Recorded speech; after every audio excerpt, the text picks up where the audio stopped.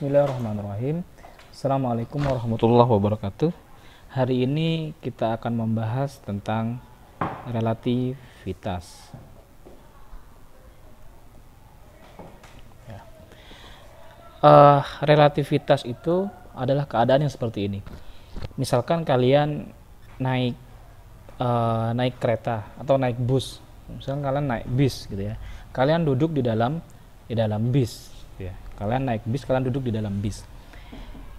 Maka kalian akan mengatakan bahwa kalian itu diam gitu ya terhadap bangku karena kalian sedang duduk di bangku itu gitu. Tetapi kamu bergerak terhadap kerangka acuan yang ada di luar. Contohnya apa? Contohnya pengamat gitu. Misalkan kalian naik bus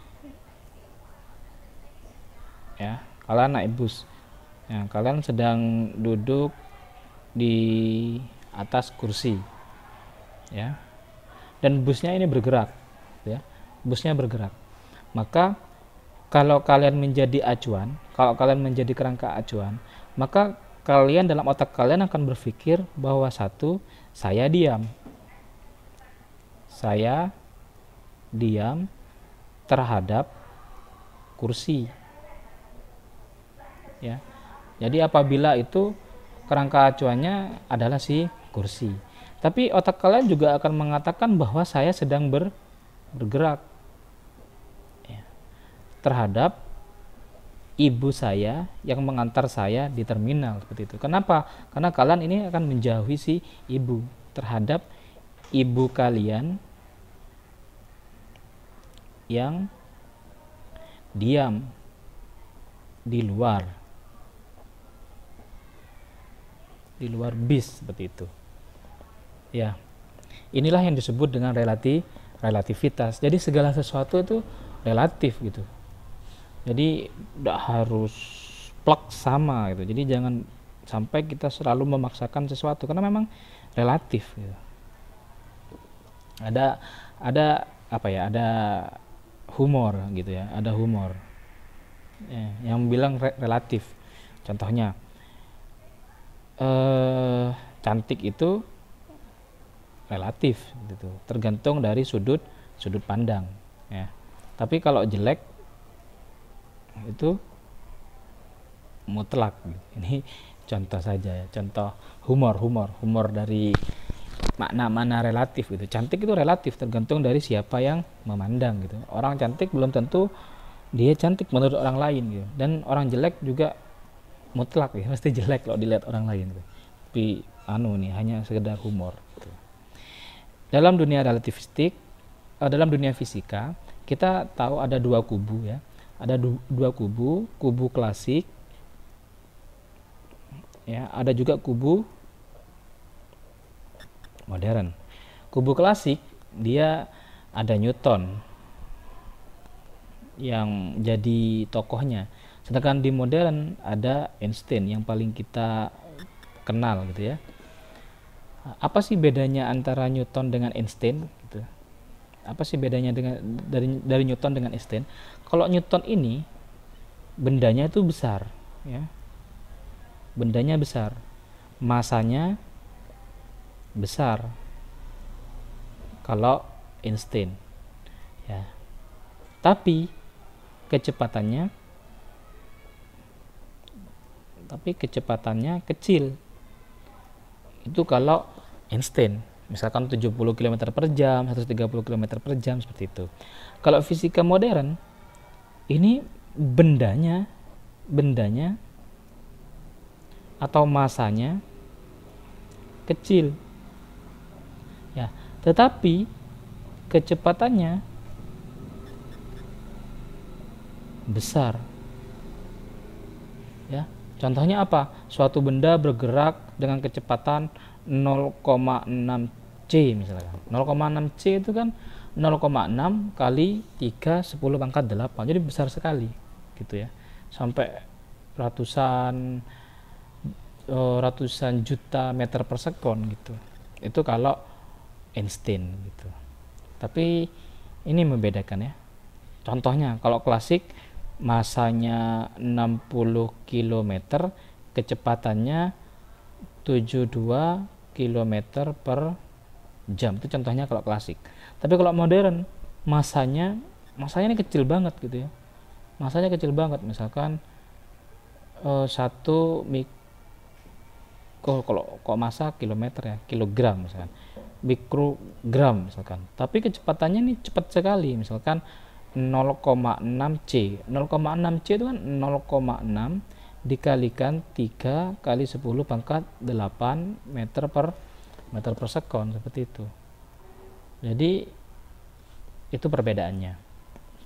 Kemudian kita masuk ke postulat Einstein.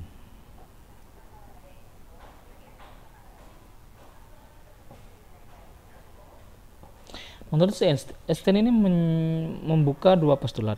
Postulat yang pertama bahwa semua hukum fisika kerangka acuannya sama terhadap inersia ya. Kerangka acuannya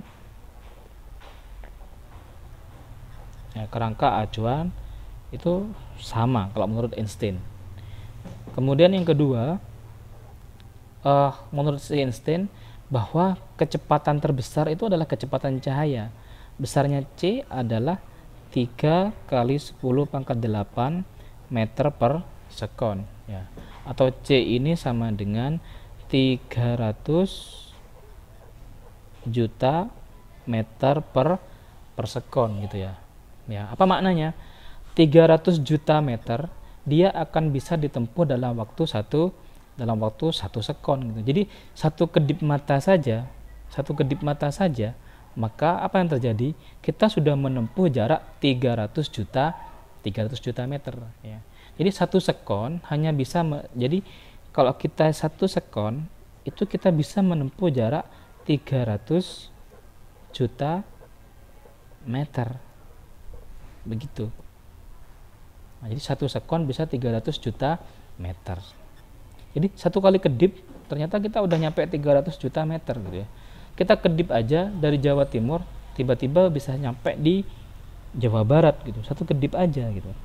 Jadi itu alasan kenapa Allah itu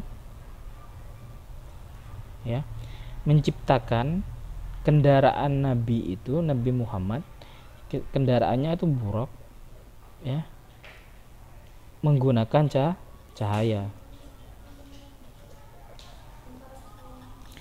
Jadi menciptakan kendaraan menggunakan cahaya, maka apa yang terjadi? Jadi proses Isra itu bisa ditempuh ya, Isra Mi'raj itu bisa ditempuh dalam waktu PP hanya dalam waktu satu malam gitu. Jadi kenapa diciptakan dari cahaya? Karena agar dia kecepatannya sangat tinggi gitu. Jadi satu kali kedip saja itu bisa jaraknya jauh tercapainya ya, jadi dari Mekah menuju ke Madinah, kemudian menuju ke langit itu PP ya, ke Madinah lagi, kemudian ke Makkah lagi. Ini total hanya dalam waktu satu malam begitu. Kenapa bisa dalam waktu satu malam? Karena kendaraannya beda. Kendaraannya ini buraq gitu ya. Buraq ini tercipta dari cahaya. Kalau tercipta dari cahaya, maka kecepatannya itu adalah 300 juta meter per sekon. Jadi kecepatannya dalam satu sekon dia bisa menempuh jarak 300 juta meter. Jadi ini merupakan alasan logis kenapa dari Makkah sampai Madinah, menuju langit, ke Madinah lagi, ke Makkah lagi hanya dalam waktu satu malam ya. Jadi ini adalah suatu keadaan logis yang pada waktu itu yang percaya hanya satu orang, yaitu Abu Bakar. Sehingga Abu Bakar dijuluki sebagai Sayyidina Abu Bakar As-Siddiq gitu. Karena beliau yang percaya satu-satunya keadaan ini gitu.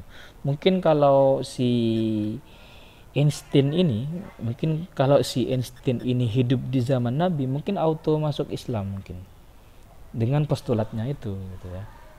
Begitu. Kita masuk ke materinya. Saya punya contoh kasus ya, contoh kasus relativitas ya. Jadi kita buat kesepakatan dulu, kesepakatan fisika.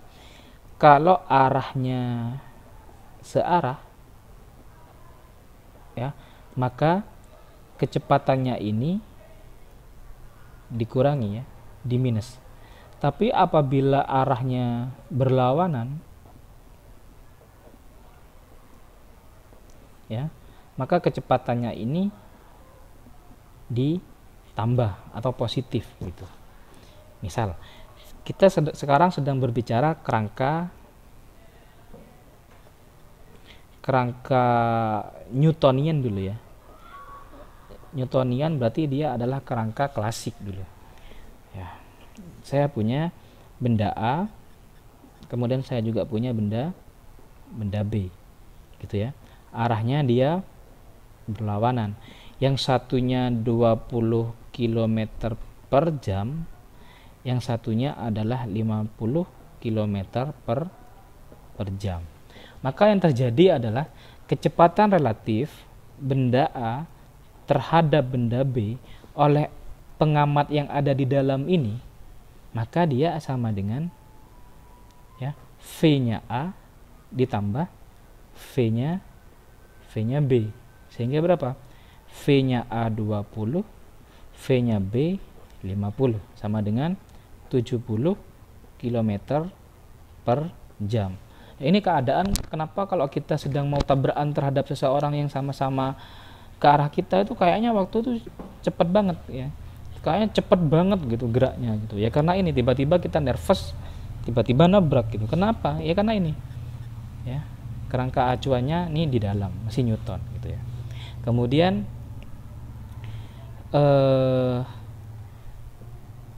yang kedua, kasus yang kedua, saya punya A, saya juga punya B, yang A-nya ini 20 km per jam ke arah kanan, kemudian yang B arahnya adalah 50 km per jam ke kanan gitu.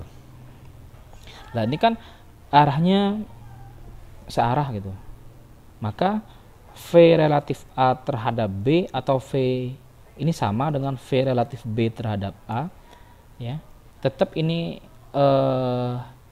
pengamatnya ada di dalam, pengamatnya si penumpang gitu ya, ada di dalam kerangka geraknya. Maka yang terjadi ini sama dengan kalau searah dia di minus, maka kecepatannya B dikurangi dengan kecepatannya A. Berapa? Ya, 50 dikurangi 20 sama dengan 30 km per jam. Ini kejadian kalau kita sedang ngejar orang gitu ya. Kalau ngejar orang arahnya dia searah, maka terasa sulit gitu. Ya, terasa lambat seperti itu. Ini ya alasannya kerangka acuan. Kedua kasus ini terjadi apabila pengamatnya penumpang ya, pengamatnya adalah penumpang atau maknanya pengamatnya di dalam ya, di dalam acuan ya, di dalam acuan geraknya itu gitu ya. Kemudian saya punya kasus beda ya, kasusnya beda. Sekarang kita seolah-olah Einstein gitu, seolah-olah Einstein. Kalau seolah-olah Einstein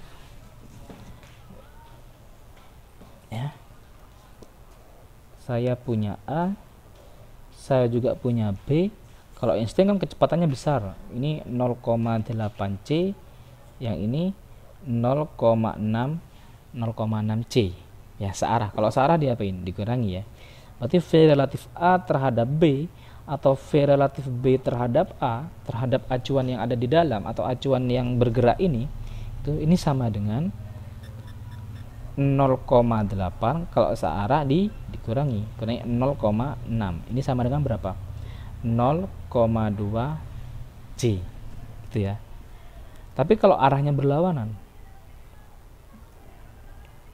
A, B, kemudian arahnya berlawanan, satunya ke kanan tetap 0,8 C, satunya ke kiri 0,6 C, maka V relatif A terhadap B ini kan sama dengan V relatif B terhadap A.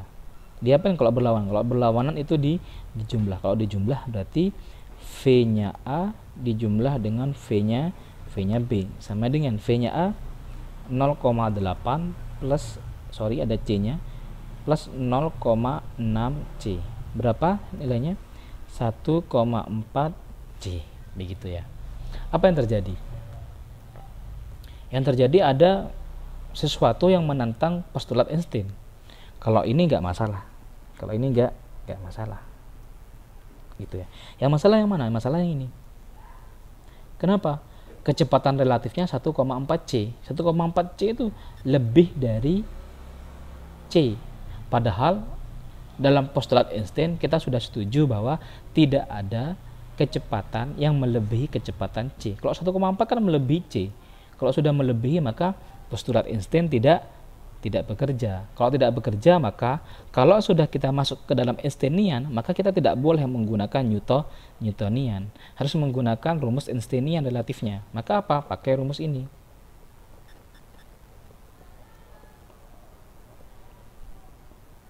Ya. Apa rumusnya? Ya pakai rumus V relatif A B itu sama dengan V relatif B terhadap A. Besarnya apa? Sama dengan VA plus minus VB ini sama dengan 1 plus minus VA kali VB, sorry saya pakai huruf besar semua ya, per C kuadrat. Ya, harusnya kita pakai rumus ini apabila acuannya sudah pakai C gini. Karena dia udah pakai Einsteinian gitu ya. Tidak boleh kalau sudah Einsteinian, karena kita udah sepakat. Apa kesepakatan tadi? Kalau bendanya kecil, kecepatannya besar, udah pakai C gini, maka kita itu ngerjakannya harus pakai modern atau pakai Einsteinian.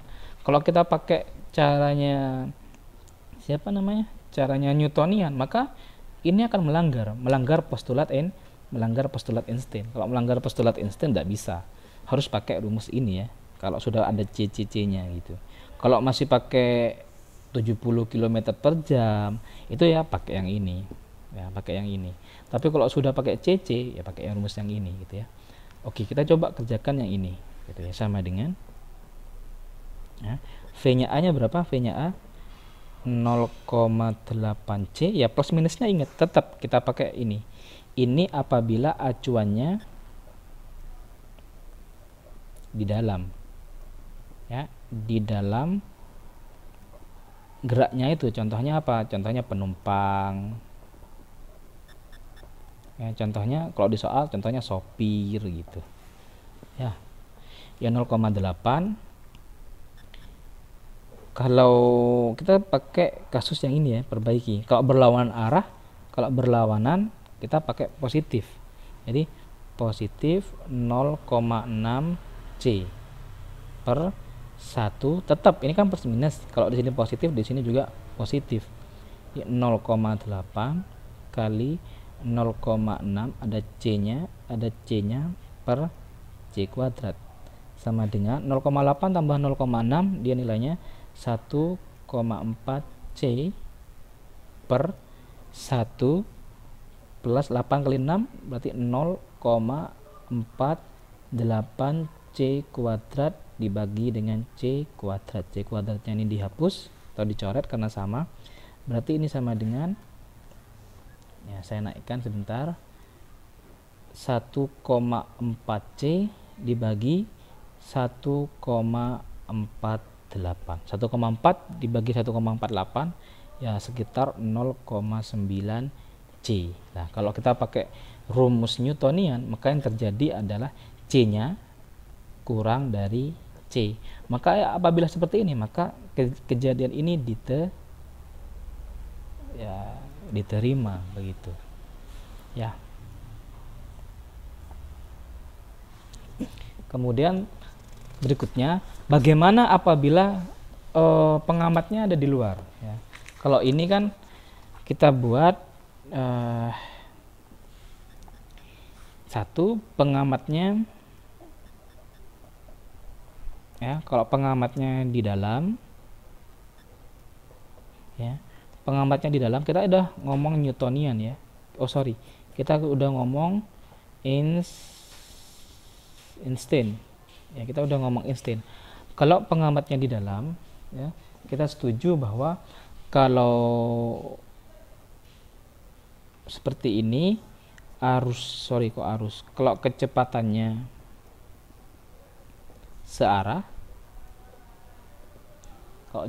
searah, maka V-nya dikurangi, ya, V-nya dikurangi.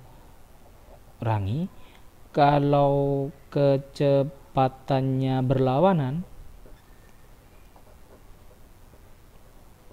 maka V-nya di plus atau di jumlah. Ya, itu pengamatnya di dalam.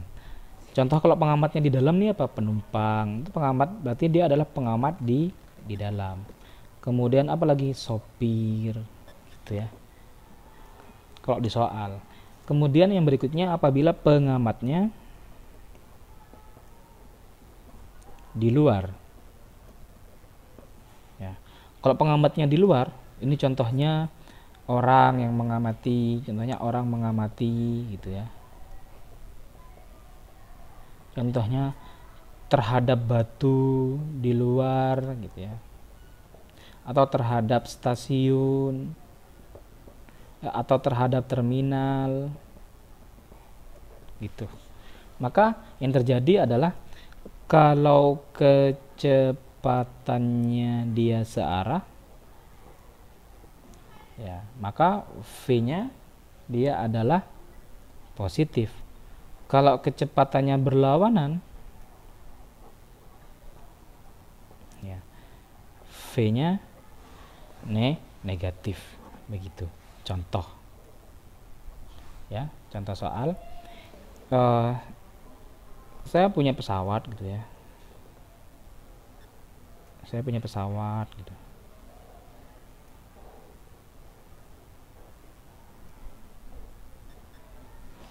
Ya, pesawatnya bergerak dengan kecepatan 0,8 C misalkan.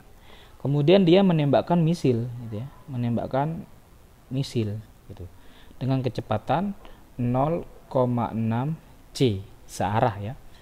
Nah, jadi arahnya adalah searah. Berapa kecepatan relatif apabila ada orang mengamati dari luar, gitu ya. Ada orang dia mengamati, ya, jadi dia mengamati dua benda ini, gitu.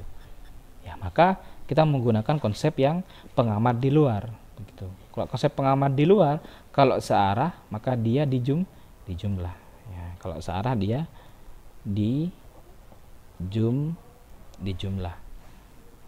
Maka bisa kita selesaikan. V relatif pesawatnya kita anggap A, misalnya kita anggap B, berarti ini adalah VAB. Kalau VAB sama dengan, ya, seperti yang tadi, ya, V-nya A, ya. Kalau pengamatnya di luar searah, maka V-nya positif, maka positif VB per 1 positif VA kali VB per C kuadrat, gitu. Sama dengan 0,8 C plus 0,6 C per 1 plus 0,8 C kali 0,6 C per C kuadrat, sama dengan 1,4 C per 1 plus 0,48 C kuadrat dibagi C kuadrat. Nah, jadi sama dengan 1,4 C per 1,48 C kuadrat. Hasilnya adalah, oh ini C kuadrat per C kuadrat ini dicoret, jadi 1,4 C per 1,48 dia nilainya adalah 0,95 C. Itu kejadiannya ya, kejadiannya. Kemudian saya punya contoh lagi, saya punya pesawat ya, saya punya pesawatnya dia bergerak ke sini 0,8 C, kemudian dia melepaskan misil ya, arahnya melawan arah dengan kecepatan 0,6 C. Pengamatnya tetap ada di bawah ya, pengamatnya bukan si pilot, tapi pengamatnya ada di luar begini ya. Maka kalau berlawanan arah, maka V-nya dikurangi ya, maka V-nya dikurangi ya, ingat V-nya dikurangi. Kenapa? Karena acuannya di luar. Kalau dikurangi berarti VAB dia sama dengan ya, VA min VB per 1 min, karena min ya di atas maka di bawah min juga, min VA kali VB per C kuadrat. Jadi VAB sama dengan VA kurangi VB 0,8 C dikurangi 0,6 C per 1 min VA nya 0,8 C kali 0,6 C per C kuadrat sama dengan 0,2 C per 1 dikurangi 0,48 C kuadrat per C kuadrat, ini dicoret, sama dengan 0,2 C per 1 dikurangi 0,48 0,52, maka V nya dia bernilai 0,38 G, begitu ya. Nah, jadi ini adalah pembahasan relativitas lengkap dengan soalnya. Kalau kalian suka, boleh kalian share ke teman-teman kalian. Sampai jumpa di semester 2 dan jangan lupa subscribe ya. Assalamualaikum warahmatullahi wabarakatuh.